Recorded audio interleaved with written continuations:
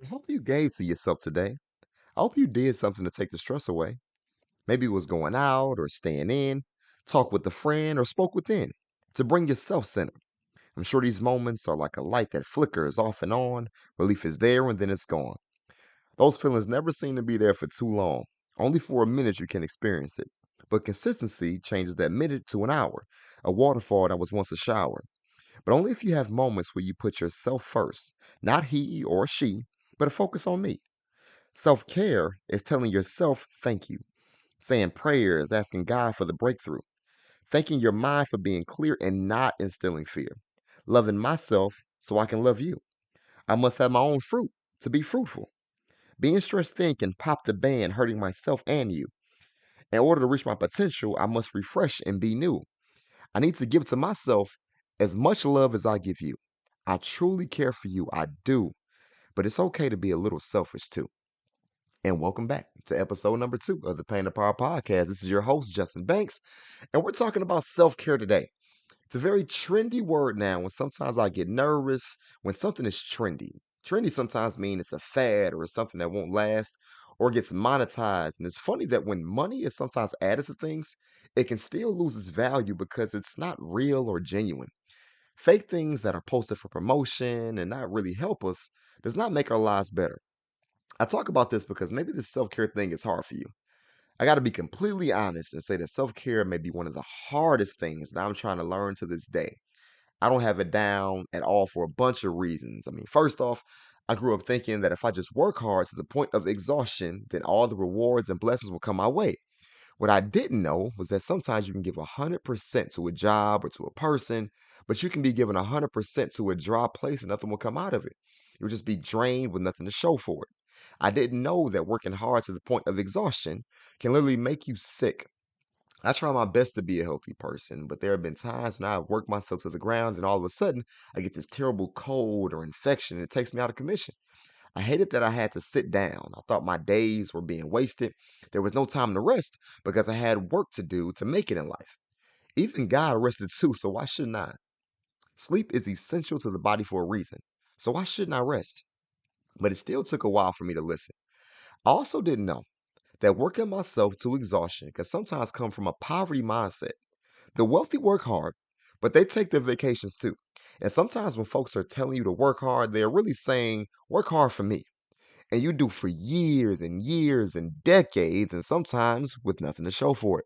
You get a retirement pizza party, or when you think you finally can rest, you end up getting sick in your later years, and you truly can't live the life you thought you were going to live. These are all lessons that I've been trying to learn and understand honestly my whole life. I remember working so hard but feeling so empty. I still have my moments, but I'm doing a whole lot better now.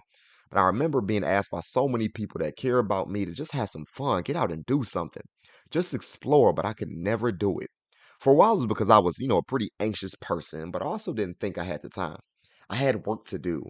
And as the baby of the family, I think I was pretty sheltered sometimes, and doing new activities by myself kind of made me nervous. Then about a couple years ago, I got really sick. I was working really hard. All of a sudden, I got this severe infection, had a fever close to 102, and I lost about 7 pounds in a couple of days. I was dehydrated and as weak as a person could be. It got so bad that I actually had to be hospitalized. And once I was out of the hospital, I got diagnosed with COVID. So nothing would let up. And once again, it forced me to sit. But this time, it forced me to sit for almost a month. Once I was finally on the mend, I started to really enjoy and honestly become obsessed with my quiet time, the peaceful time, the rest and the getaway from the chaos. It was almost like a new phenomenon I was feeling. And this was the first time when I didn't feel like I was missing something or I was taking some steps back in life. My mind was clear and I was at ease. I could think about my life and truly see, what does Justin really need? What does your spirit say to you? And how do you feel? What about you? Have you done that? Do you listen to your spirit and actually act on it? That feeling could truly be your chance to get to the next level in life and be on the path that God has created for you. That break told me I needed a new start, so I got a new car, a new job, and with it, new experiences and new lessons and blessings. Doesn't mean I don't miss things in my past, but I can't keep wearing my winter coat in the summer season. It's time to switch it up and do what the season asks for me. That's a new lesson I'm learning too. Don't be afraid to take that risk or make that tough decision. Staying in places that you're not supposed to be anymore is not self care. That's being comfortable with what you know, and that's limiting your growth. Self care is also a journey of self discovery. You start finding things you like to do and gain new interests. So many people I know love to travel, and maybe you do too. I can understand the joy of going to new places, seeing new monuments, restaurants, because in this discovery of liking new things, it's also this discovery of you. It feels good to know you like something. It feels good to know that there are a bunch of avenues to go when you want to feel happy or relaxed or just to have some fun. It gets boring and limited when you only stay in your bubble.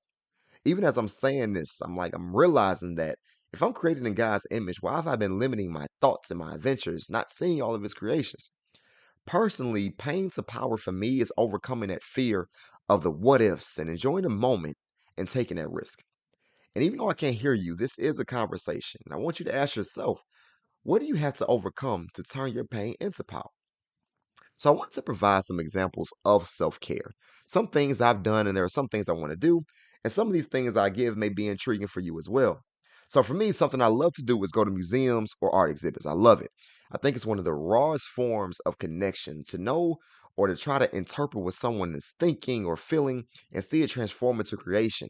I think self-expression is so important, so to see others do it is so much fun and relaxing for me at the same time. Also, when I looked up other types of self care, I didn't realize there were so many types of care that you can engage in. There's mental and physical, spiritual and emotional care, even environmental and financial. There is self care in having a budget, knowing how to save, making financial goals, and reaching them. The same goes for using some of your money for treating yourself too. I encourage you to go check out goodtherapy.com. They have about 134 types of self care activities you can do. It's not all going out and it's not all sitting down, drinking coffee, and reading your book. The first example is to check something off your mental to do list. What's that thing that's on your mind that you know you have to get done and you just haven't? Stopping procrastination is good for your mental too. Doesn't it feel good when you just handle something right in the moment and not wait? The more you do that consistently, the more your actions and behaviors will be productive. You actually get more done and have less stress because of it. And some other forms of self care slash self love include going to therapy, getting some exercise, turning off your devices for a minute and going outdoors and being in tune with nature. Support groups, podcasts, the list goes on and on. I think my favorite, however, was to reflect on what your ancestors went through and endured so you can exist. It will help you remember that you have also inherited their strength and their resilience. It feels good to have evidence and examples to know that I have enough on the inside to make it through any situation. I have enough to endure and still rise to the top. I challenge you now to do something today or this week that is going to make yourself better. It doesn't have to be for a long time. Just in the last episode, we talked about practice and reflection. That's self care as well. I just want us all to feel better and have a community of people feeling love so we can share love with each other. Hurt people do hurt people, and the opposite goes for people who love themselves. I'm going to try to hold myself accountable too and make sure I do the same.